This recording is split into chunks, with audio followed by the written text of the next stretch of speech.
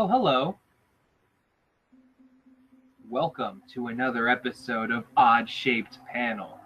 We're talking about Harry Potter tonight. I'm pretty sure that everyone's excited. We're talking about Harry Potter, of course, because we have Fantastic Beasts and where to find them in theaters. Yesterday, the wizard entered New York with a case full of magical creatures. And unfortunately, some have escaped. This could mean exposure. Witches live among us. Look. This could mean war. Time is running out. Fantastic Beasts.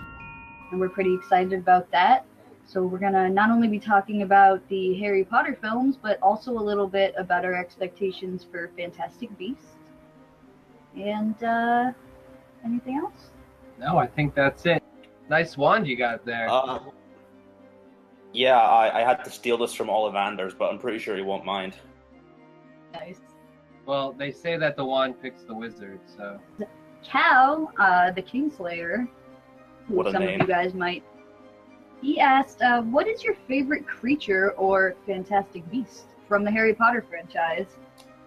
Well, I've got to go with the one that gave me the first, real scary experience I have in the theater, and that's the Dementors from The Prisoner of Azkaban. And it's just the way that J.K. Rowling conceived these creatures and how scary they look on screen, it's got to make them my favorite monster. I mean, I don't know if do you guys know, what inspired the creation behind the Dementors? They're supposed to be a physical representation of depression, correct? Yeah, that's correct. I think it's because J.K. Rowling was going through, I think, her parents' death, and she created those creatures as a way to cope with it. And as a result, we got some pretty awesome monsters that the Flash loves to rip off. Yeah, I completely agree with you, and I agree with you on the creature too. That was my choice also. When you first see them on the train, you're like...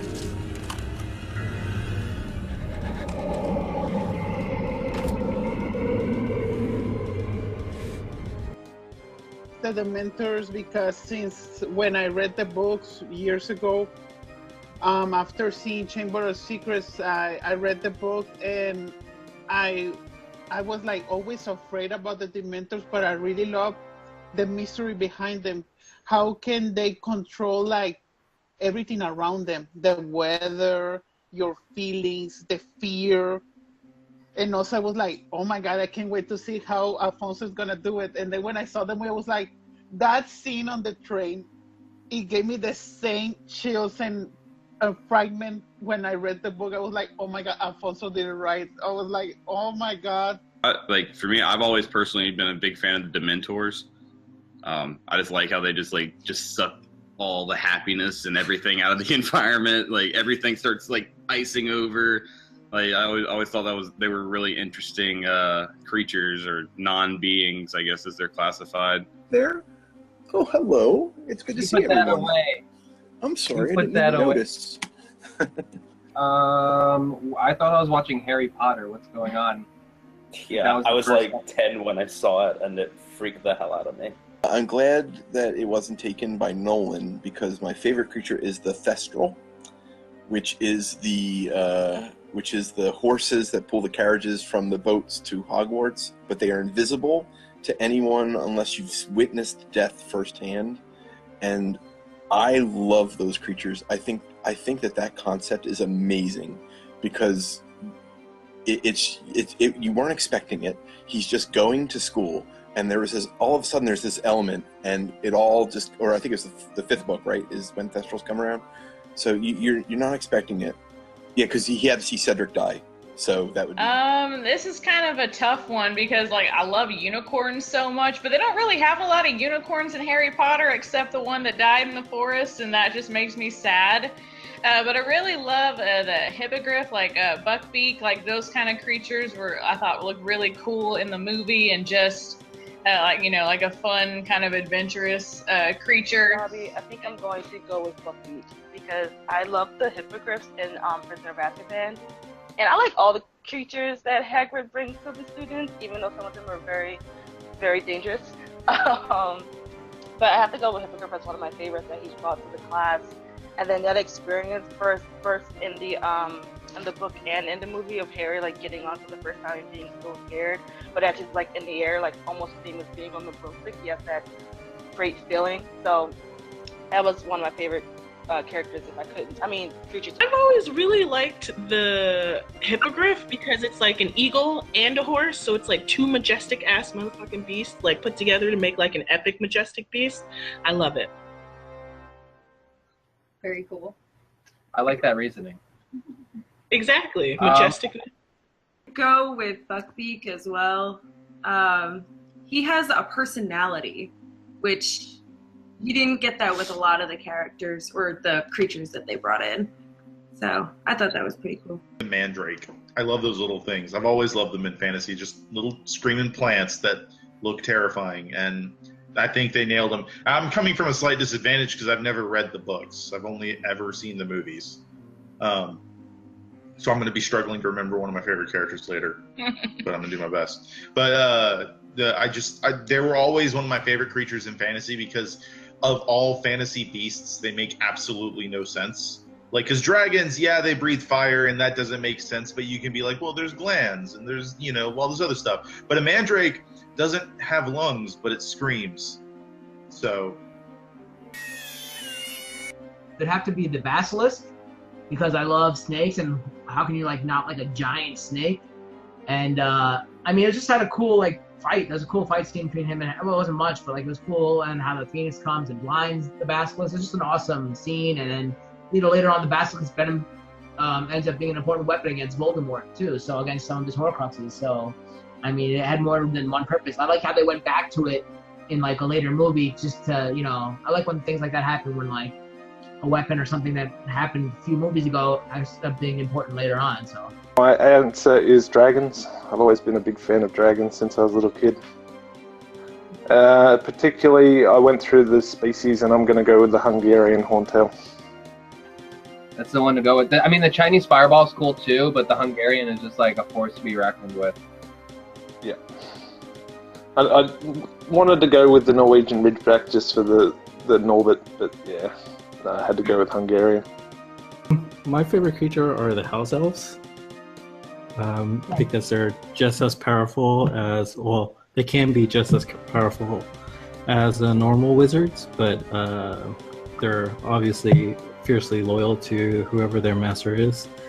And they're also kind of smartasses because they can, take a literal interpretation and try to finagle their way around it if it suits their purpose or if they don't like their master.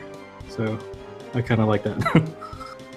I'm going to pick Nagini and Voldemort's snake. And why he's or she, I guess, is my favorite is because she's got not only can Voldemort communicate with her because of Parseltongue, but they also have a special connection because she ends up being a Horcrux, which also gives her a connection with Harry Potter too. He even had a dream where he saw through her eyes and everything. So I just think of all the creatures, the real life one mixed with fantasy is the most interesting to me. So I'm also partial to snakes.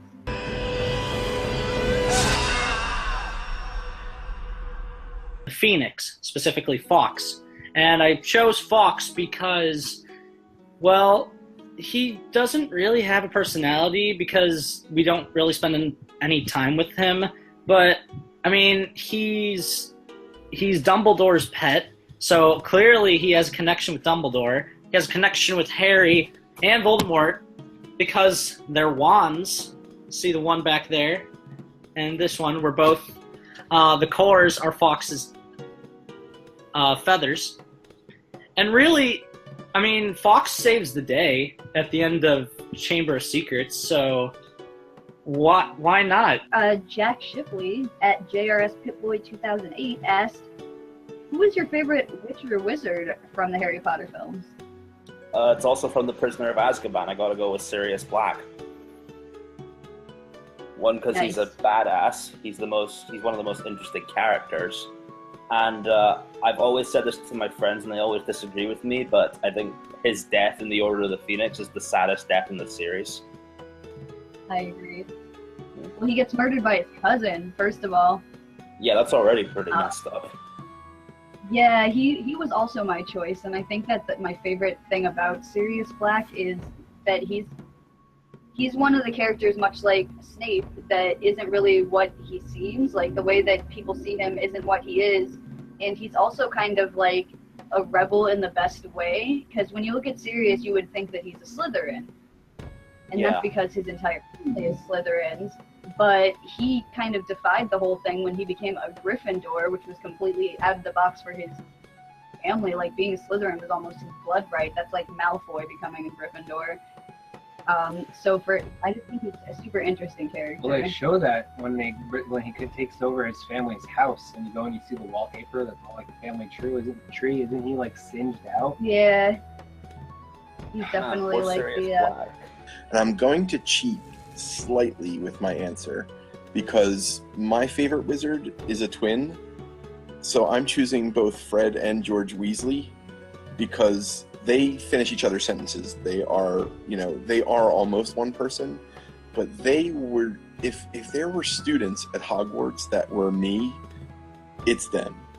Like, they're too smart for their own good, but they just don't take school seriously enough. At the end of the day, school just isn't right for them, but they're still like really smart and creative, and like they just need to fly free and do their thing. And that's what I love about them. And like, that's why the death of one of them is tragic for me. Spoiler alert. It's a very significant death in the sense that, like, wow, like these twins, their power is sort of broken in some ways by having one of them die, but they still stood up, even though they seemed to be pranksters. They still showed up when the time was right, and they defended Hogwarts. Don't remember his name, but when we came out of the movie, the night we were watching it, I called him Magical Sabretooth. Yeah, him. I don't know why he wasn't in it very much, and he did very little when he was there, but I'm like, oh look, it's Magical Sabretooth. That's awesome. Hermione, of course, like I can relate to her so much, and I just think that she, throughout the story just had like really great character growth, starting off as like a total like nerdy, like bookworm character, but really showing like how she really fit into Gryffindor by being brave and making sacrifices and kind of just being the level-headed one of the trio. She'll always be my favorite of the main characters. I have to agree with Ashley. I would say Hermione, just the way the growth of her character, because like she's awesome at spells. First of all, even when she was like in the first book, when she fixes his glasses for him and doing everything like Wingardium Leviosa and all that kind of stuff, like she was fantastic at that, and she develops as a character really well, and she's like a true friend. Who would like make their parents forget who they were just so they can go on a quest with their friends? That's kind of nuts. Like, that's true friendship. I think I mentioned that a few few episodes back of Odd Shape Panel too, like saying who was like one of the female pop culture, I think I said, was Hermione also, because, and not to mention, like you were saying, like Emma Watson in real life is a class act. She's beautiful, intelligent. She thinks she went like Brown University or something, like, and then she's always like good in the media, like always like taking pictures with fans and stuff, and never like putting anyone down, not any bad scandals. So there's all around the actress, the character, everything about her. Hermione is just amazing. The third person in a row is definitely Hermione. As I was reading the book, she was just the one who I did relate to the most growing up, being like the know-it-all teacher's pet kid in class. You're saying it wrong. It's Leviosa, not Leviosa. So I was like, Hermione is definitely me. And then, but she also like shows out throughout the book that just because people are always like getting down on you for being smart, you don't have to be ashamed of that. Like own up to who you are and just stick with that. And then, but also, since everyone else was picking Hermione, it was like the second person that I chose was Professor McGonagall, because she is just such a badass. Like don't mess with Professor McGonagall. It's like, even in I don't know if they did that in the movies, but in the last book where one of the the Carroll's or Callaway's, one of the two Death Eaters, spits in her face, and that's what prompts Harry to come out of hiding from the invisibility cloak. And it was like, you shouldn't have done that. And for the first time, he was able to do the Crucio spell. And he was like, I get it. You really do have to mean it. I was like, oh, that's how much McGonagall meant to him. Still don't have an answer because I like too many of them.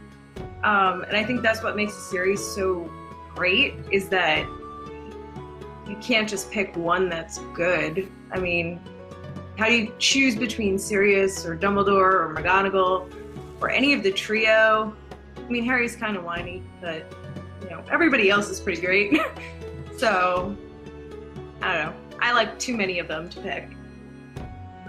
And for me, it's a good old Dumbledore. I'm a major fan. Love him mostly because. Go ahead. How did you pick Dumbledore? How did I pick Dumbledore? Well, I don't know. How did you come to? How did I come to that conclusion? Well, I think it mostly it was. I just liked his demeanor, like in the books, and just how he always presumes he was just always cool, calm, and collected. But you could always tell that there was like something greater, like underneath all of that. And like eventually, when he finally shows off in the 5th book, like with the battle in the Ministry and all that, like it's awesome to be able to know that there's people that powerful out there. Ginny, up until that random romance with her and Harry, like that kind of came out of nowhere to me in the books. And then in the movies, I really liked Bellatrix Lestrange. Yeah, I love Bellatrix. She's awesome. And it's so nice not to see her in a Tim Burton movie. Even though she killed my favorite character, but it's okay. But she killed him, and then she wrote a song about it, like, I killed Sirius Black, which is like something totally I would do, so I can't even fault her for that. They're cousins, so she must have been practicing that for a while. I'm going to go with my favourite wizard from the movies is actually Dumbledore's brother, whose name eludes me at this moment. All I remember is he's the bartender, or he owns the bar in the little village of Hogsmeade, and he helps him out and gets him back into the castle when it's been taken over, and his patronus is a goat. I chose Neville because no matter what, he's just like me. Whereas no matter what, he will always try. He will always be there to stand up with his friends. He doesn't take shit from anyone. Like, he's just the guy that always tries. And at first you make fun of him because it's like, yeah, sometimes, you know, like whenever he loses his frog or when he flies for the first time, it's hilarious. I laughed at that too, but I always felt bad for Neville. I'm like, you can do this. There's a reason you're in Gryffindor. The Sorting Hat doesn't just put you there for no reason. You got to do something. And the last movie definitely proved that. And also, puberty really worked out well for Neville's actor, Matthew Lewis. He's a handsome man. He is. He is. Man. I also subscribe to the multiple chosen one theory. I do and too. I love how Neville fits it. Like also like Delicious said, because and also Randall's roommate, there's a lot of characters also because between the books and the movies, but I have always, one of my favorites is always has been Snape, like because that's the thing that I love about Snape, because between the books and the movies, I still remember like reading the books and I was like, why is Snape is like this? Why he hates Harry, but he tries to protect them. And then there's the twist in the seventh book in the movie that Snape always was there to protect him, and everything that he did was for love, because of the love for Harry's mom. And so I was like, oh, when that twist wasn't like, oh my god, I didn't expect that, but it was like, it was very logical, especially for the ones that we read the books. By like book 5, you already suspected that. And also those flashbacks in the books are how the Marauders treated Snape when he was younger. First, Snape, kind of piggybacking off of Raoul. My main reason is because I love character arcs, and Snape has the best character arc out of everybody in the Harry Potter universe. And echoing everything else that Raul said, he's just an awesome character. The fact that he stayed loyal to Harry, I can't think of her name right now, but Harry's mother for that entire length of span of time. And you know, you could reimagine the series just on Snape's point of view, and it completely changes the complexion of the entire series. And I think that's pretty cool. Yeah, they have that video that somebody edited it together, what there is in the movies, but from Snape's point of view, like in his order. Yeah, and like it's pretty heartbreaking. so like to seeing watch. him meeting Lily up until his death is just like. Yeah, I mean, it kind of blows your mind how intricate her story was, and the fact that she had that twist planned the entire time. It's pretty mind-blowing.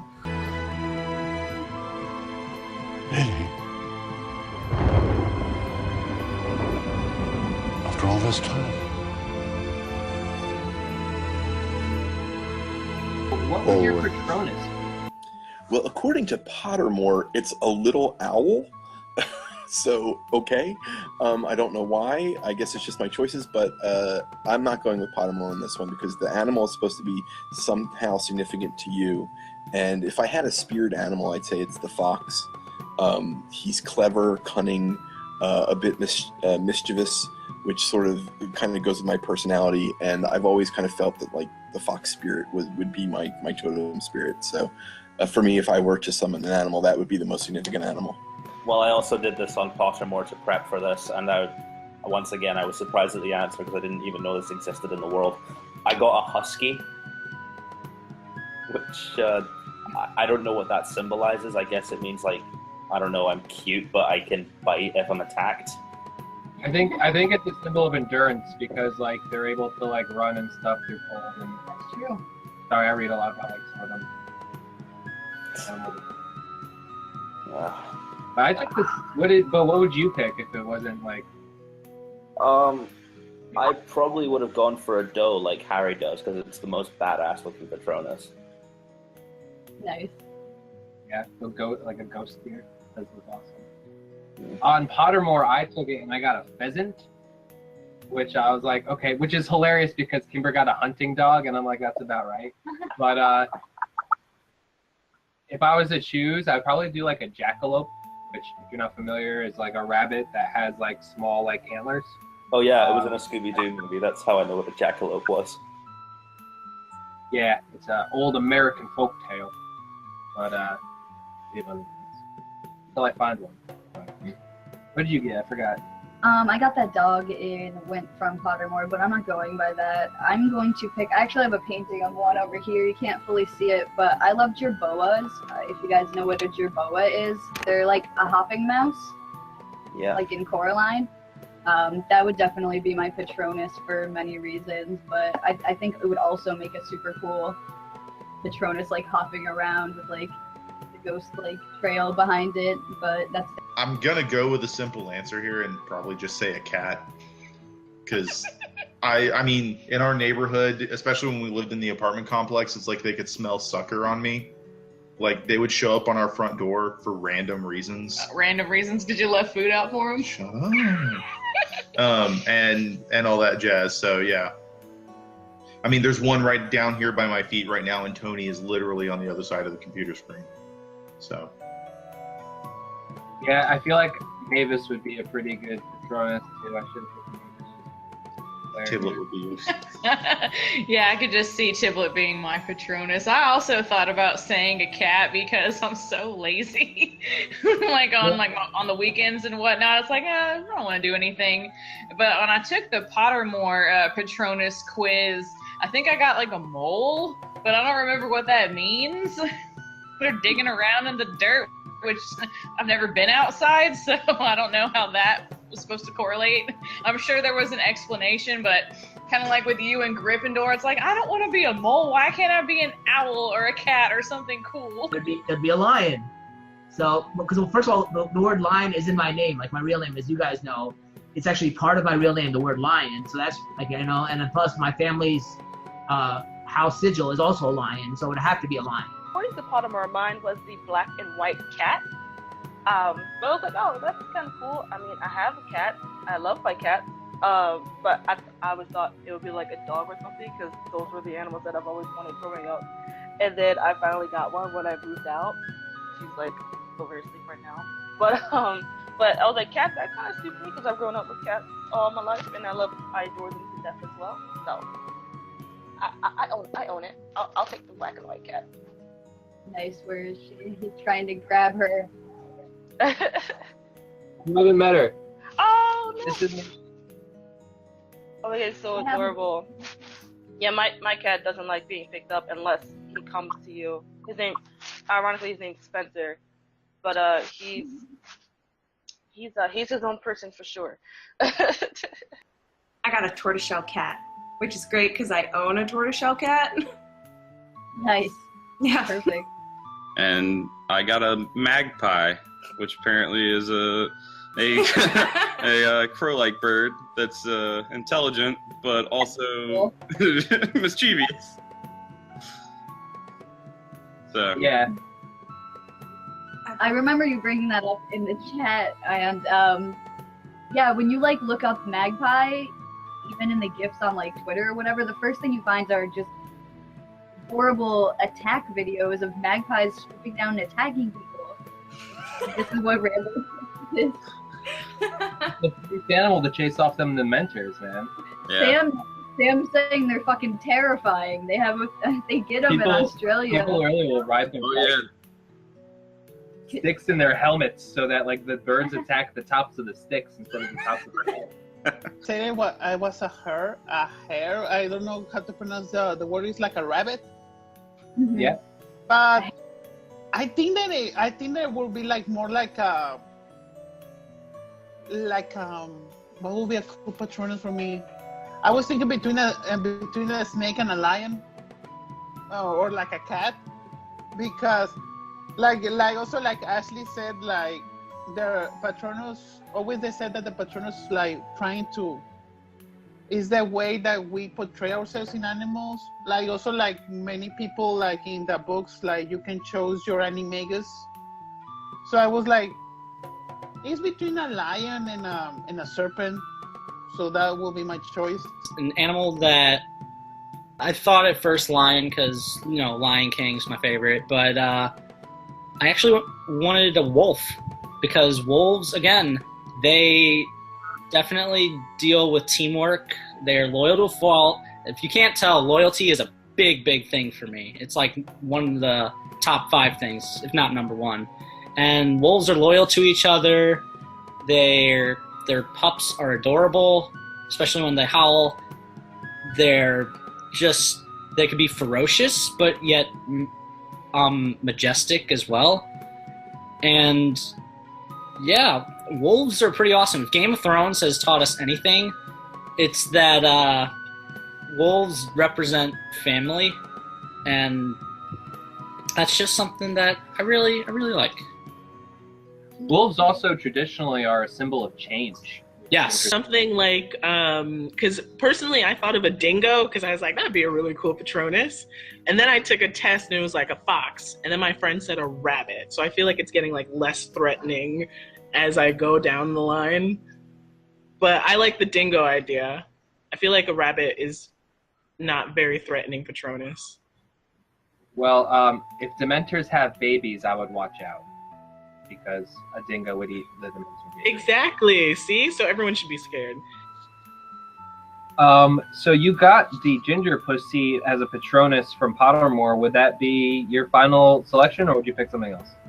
No, because most people that know me know I'm not really a big fan of cats. It's like, I'll tolerate cats, but I'm not a huge fan of cats. I've been thinking about this with my whole split personality and all my different personas on the internet and in real life. I'd probably have a couple. So if we're going to go with the Sister Mary Elephant one, obviously it's in the name. I've always loved elephants since I was a kid. And I'd love to see an elephant Patronus just for the pure size of it. Be absolutely huge and intimidating and terrifying. And then if we're going to go with my Tiger Man Sam persona, obviously that'd be a tiger, so Probably an elephant/tiger would be my Patronus choices. Cool. Nice. J.K. Rowling says that I'm a dragonfly, so I can't really. I don't know what else I would want to be, but I think that's pretty cool, so I stuck with it. But thank you for joining us for another great episode of Odd Shaped Panel. We talked all things magical tonight about Harry Potter and hoping the best for Fantastic Beasts, which looks beautiful, but will it have the plot it deserves? We don't know until we watch it. Joining us, if you want to tweet at Odd Shaped Panel or at me, because that's the thing I'm always on, is at Odd Shaped Panel on Twitter, also on Facebook. You can use the same thing for both of them. And if you want to talk to the lovely Kimber Barrett, you can reach me at Twitter. But thank you so much for joining us, and we'll see you later. Bye. Do I push the button or do you? I guess I push the button. Bye, everyone. Thank you.